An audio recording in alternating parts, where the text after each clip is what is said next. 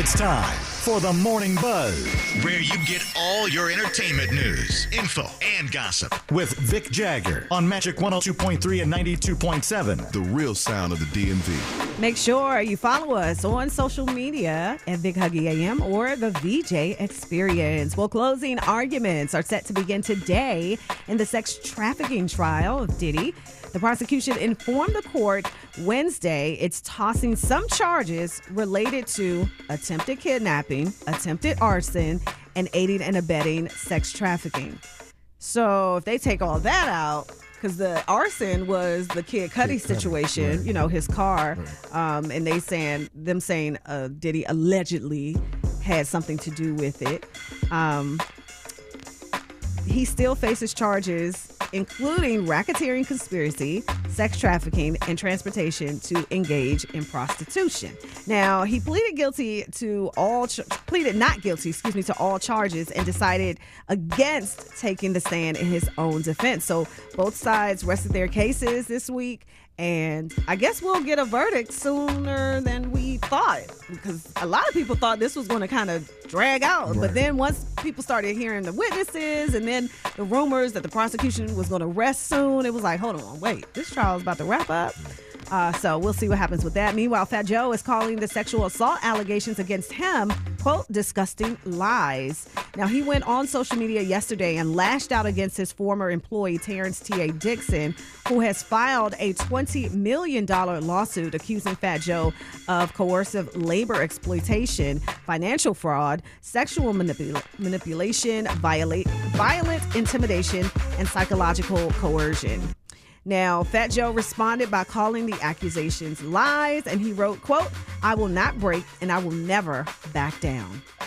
Meanwhile, Simon Guobadia is not backing down from any interviews regarding his soon-to-be ex-wife, Porsha Williams. Now, y'all know that it was a whirlwind romance when Porsha met Simon. How she met him was a little sketchy. How they got together was pretty sketchy. And in the words of her co-host on Real Housewives of Atlanta, why you steal that woman, husband? But it is grand opening, grand closing, because they're already headed for a divorce. Now, here's what Simon had to say about that. I said to her in one of my text messages to her, why did you file for a divorce? And she wouldn't say anything. You know, I tried to reach her mom. Her mom would not respond either. This felt like a coup. That's how I felt. I was totally blindsided. So he had no idea. Really? Because everybody else that was watching was like, now, Simon, now come on now. Really? You didn't think... She wanted that lifestyle, baby. Right. She saw Shamia, and Shamia had her husband, and he actually has money. Okay. Not being accused of fraud or anything that Simon allegedly was being accused of. Yeah. And I think that she just wanted, to that be life. The queen of that castle. And she got that wedding she wanted, too. She got that big beautiful. Wedding. Yes. Child, she was moving them hips. She was in, where they get married at? They got married in Africa? Yeah, I believe. Well, I feel like she had had two an African wedding. But I'm just saying, yeah. All the dresses.